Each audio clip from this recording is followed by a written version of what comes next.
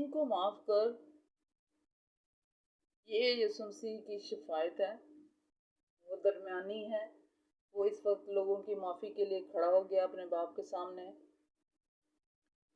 وہ جانتا ہے کہ یہ بہت بری کنڈیشن ہونے والی ہے ان کی۔ اس لفظ سے مراد وہ تمام حضرات جو کسی نہ کسی طرح سے ذہنی اور عملی طور پر خداوند یسوع مسیح کی صلیبی موت کے ذمہ دار تھے، اس کے قتل میں خواتین کا کوئی کردار نہیں پایا جاتا، کوئی عمل دخل نظر نہیں آتا، بلکہ خواتین کی جانب سے یسوع کے لیے بہت ہی اچھا رویہ جو ہے ہمیں نظر آتا ہے۔ ان کے آنسو نہیں رکتے اور وہ روتی ہوئی اس کے پیچھے پیچھے تھی، جس کا ذکر ہمیں لوکا کی انجیل اس کا 23واں باب اور اس کی 27ویں آیت میں ملتا ہے۔ اناجیل کے مصنفین بات بڑی وضاحت کے ساتھ بیان کرتے ہیں کہ خداوند یسوع مسیح پر لگائے گئے الزامات بے بنیاد اور جھوٹے تھے۔ اس طرح خداوند یسوع مسیح کے لیے موت کی سزا عدل اور انصاف کے تقاضوں کے سراسر منافی تھی۔ ثابت یہ ہوا کہ اس کی موت کی سزا کے پیچھے چند ذاتی اور اخلاقی عنصر کار فرما تھے جو قانون پر اثر انداز ہوئے۔ یہودی سردار، کاہن حنا اور قیافہ اور رومی حاکم پیلاطس نہ صرف مذہبی جماعتوں اور حکومت کے عہدیدار تھے، بلکہ وہ گناہ آلودہ انسان بھی تھے۔ اس کے علاوہ یہودا اسکریوتی جو غدار نکلا وہ بھی ان میں شامل کیا جاتا ہے، اور تمام یہودی لوگ اور رومی سپاہی جنہوں نے بڑی بے دردی کے ساتھ اسے مصلوب کیا، اس کی معیاری معافی کی شفاعت کے دائرے میں شامل ہیں۔ بلکہ پیلاطس بھی، جس نے زندگی کے مالک جلال کے بادشاہ کی صلیبی موت کا پروانہ جاری کیا، لہذا وہ بھی شامل الزام ہے۔ پس لازم ہے کہ اس کا بھی دیگر لوگوں کے ساتھ نام لکھا جائے، بلکہ حقیقت تو یہ ہے کہ اس کا قصور تو نقایا کے عقیدہ اور رسولوں کے عقیدہ میں بھی رقم ہو چکا ہے۔ پینتیوس پیلاطس کے عہد میں مصلوب ہوا۔ یہ ہم اپنی عبادات میں اکثر جب بھی ہم سنڈے کو چرچ جاتے ہیں ہم ضرور اس عقیدے کو پڑھتے ہیں۔ معاف کرنے سے مراد جب ہم یونانی زبان میں جاتے ہیں تو یونانی گرامر کے مطابق اس شخص کے لیے استعمال ہوتا ہے جو بات کرنے والے کے سامنے موجود ہو۔ اس سے ظاہر ہوتا ہے کہ جب خداوند یسوع مسیح نے اپنے مصلوب کرنے والوں کے لیے معافی کی شفاعت کی تو اس وقت خدا باپ وہاں موجود ہے۔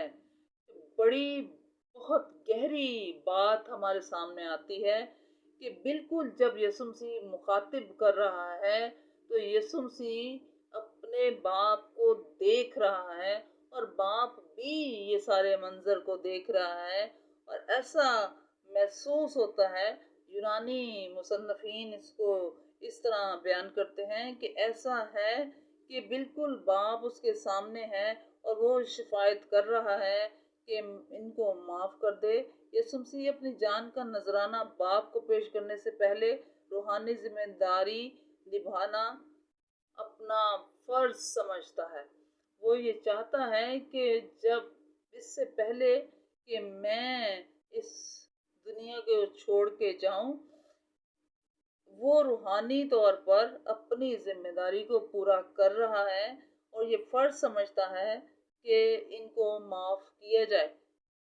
یہ لفظ گناہوں یا کسی جرم کی معافی کے لیے استعمال نہیں ہوتا۔ خداوند یسوع مسیح کا صلیب پر یہ اعلان کہ ان کو معاف کر کا مطلب دراصل اے باپ ان کے گناہوں کو معاف کر۔ گناہ جو ہماری زندگی میں شامل رہتے ہیں، ہم روز کوئی نہ کوئی گناہ کرتے ہیں، ان گناہوں کو ان کی زندگی سے نکال، اور اسپیشلی جو اس وقت وہاں پر موجود ہیں، اسپیشلی جو گتسمنی باغ سے اب تک مصروف ہیں، ان کے گناہوں کے لیے خاص طور پر یہ درخواست پیش کی گئی۔ معافی کے معنی اور مفہوم۔ معافی مسیحی ایمان کا بنیادی جز ہے۔ اس سے بیشتر کہ اس کلمے میں معافی کے لیے استعمال کیے گئے لفظ پر غور کریں، ہمیں عبرانی اور یونانی زبان کے ان الفاظ پر بھی غور کرنا پڑے گا جو کسی نہ کسی درجے کی معافی کے لیے استعمال ہوتے ہیں۔ معافی کے لیے عبرانی زبان میں 4 اور یونانی زبان میں 3 الفاظ استعمال کیے گئے۔ ٹوٹل لفظ 7 ہیں جن کا اردو ترجمہ معافی ہے۔ جب ہم اس سے تھوڑا سا آگے بڑھتے ہیں تو اس کا مطلب کفارہ بھی کہا جاتا ہے، یعنی کہ ان کو کفارہ دے دے، کیونکہ کفارہ اس لفظ سے ماخوذ ہے جس کے معنی ڈھانپ دینا۔ اس لفظ کا تعلق قربانی کے ساتھ ہے، بالخصوص پرانے عہد نامے کی قربانیاں جو خطا کی قربانی کے طور پر سال بسال پر گزرانی جاتی تھیں۔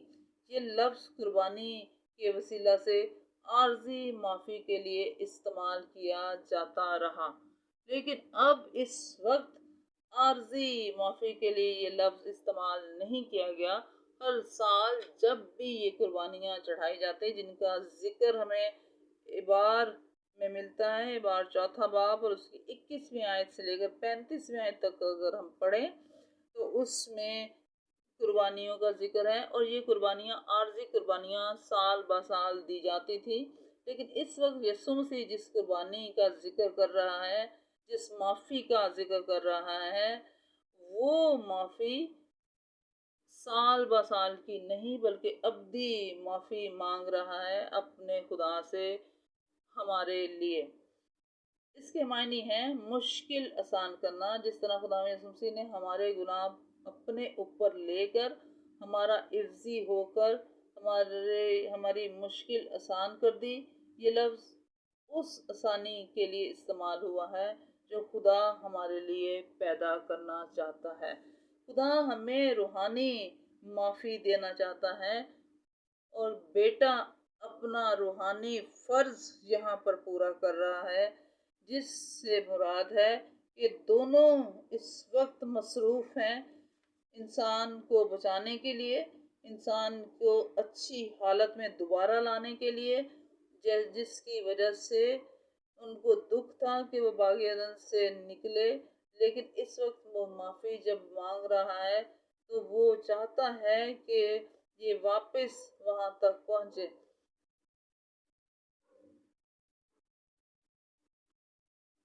گریک کا لفظ ناسا کا بنیادی مطلب اٹھانا ہے۔ یہ لفظ پیدائش 7 باب 17 آیت میں استعمال ہوا ہے، جس کو عبرانی زبان میں لکھا گیا ہے، طوفان آیا تو نوح کی کشتی پانی سے اٹھائی گئی۔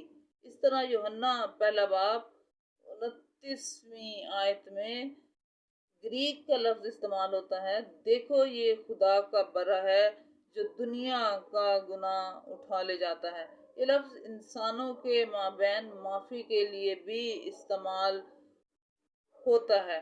یونانی زبان میں معافی کے مفہوم بیان کرنے کے لیے 4 الفاظ استعمال ہوتے ہیں، جن کو اردو ترجمے میں ہم دیکھیں تو خلاصی دینا، چشم پوشی کرنا، رحم کرنا، درگزر کرنا ہے۔ اس لفظ میں معافی کا مفہوم پایا جاتا ہے، یعنی اگر آپ معافی حاصل کرنا چاہتے ہیں تو ضرور ہے کہ آپ بھی معافی کے کام کو سر انجام دیں، معافی کے کام میں حصے دار ہوں، دوسروں کو معاف کرنا سیکھیں، تب خداوند بھی ہمیں معاف کرتا ہے، کیونکہ بیٹا اس وقت شفاعت کر رہا ہے، اور جب ہم دوسروں کو معاف نہیں کرتے تو ہماری معافی بھی نہیں ہوتی۔ معافی سے مراد خلاصی دے دینا، تم بھی خلاصی پاؤ گے۔ جب ہم کسی کو معاف کرتے ہیں تو ہمیں بھی معافی ملے گی، جب ہم کسی کو چھوڑ دیتے ہیں تو ہمیں بھی چھوڑا جائے گا، جب ہم کسی کے گناہ کو نہیں گنتے تو ہمارے گناہ بھی نہیں گنے جائیں گے بلکہ معاف کر دیے جائیں گے۔ لوکا کی انجیل اس کا 6 باب اور اس کی 37ویں آیت۔ مختلف مصنفین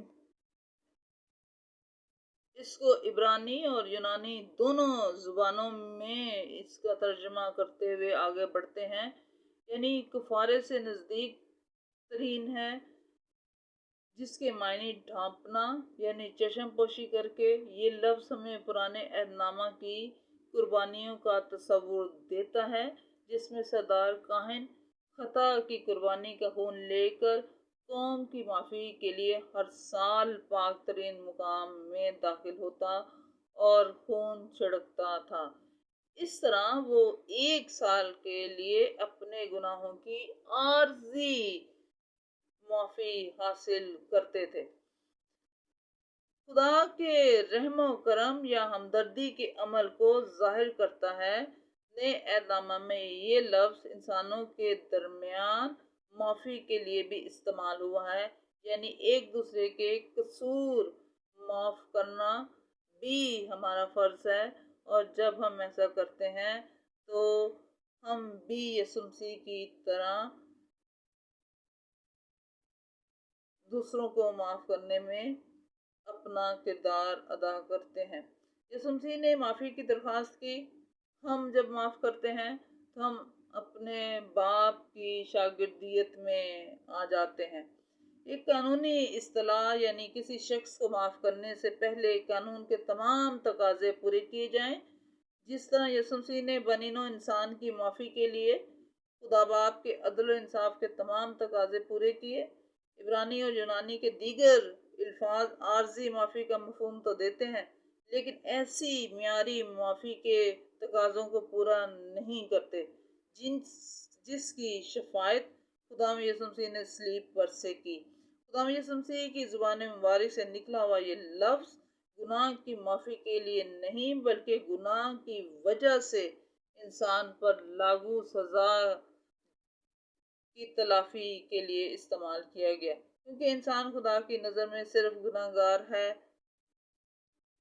بلکہ گناہ کی وجہ سے سزاوار بھی ہے۔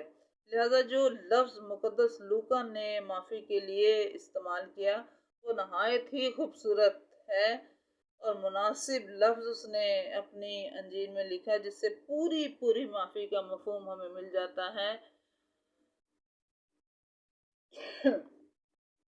اس لفظ سے خداوند یسوع مسیح کی خدا باپ کے ساتھ گفتگو ظاہر ہوتی ہے، جس میں باپ اور بیٹا کی رفاقت کا حقیقی مکاشفہ موجود ہے۔ یہ لفظ حاکمانہ ہے، جس سے خداوند یسوع مسیح کا بطور خدا کا بیٹا اپنے باپ پر مکمل اعتماد نظر آتا ہے کہ بیٹے کے کہنے پر باپ یقیناً اس شفاعت کو مان لے گا، اور فی الحقیقت ایسا ہی ہوا۔ معافی کے مختلف درجات ہیں۔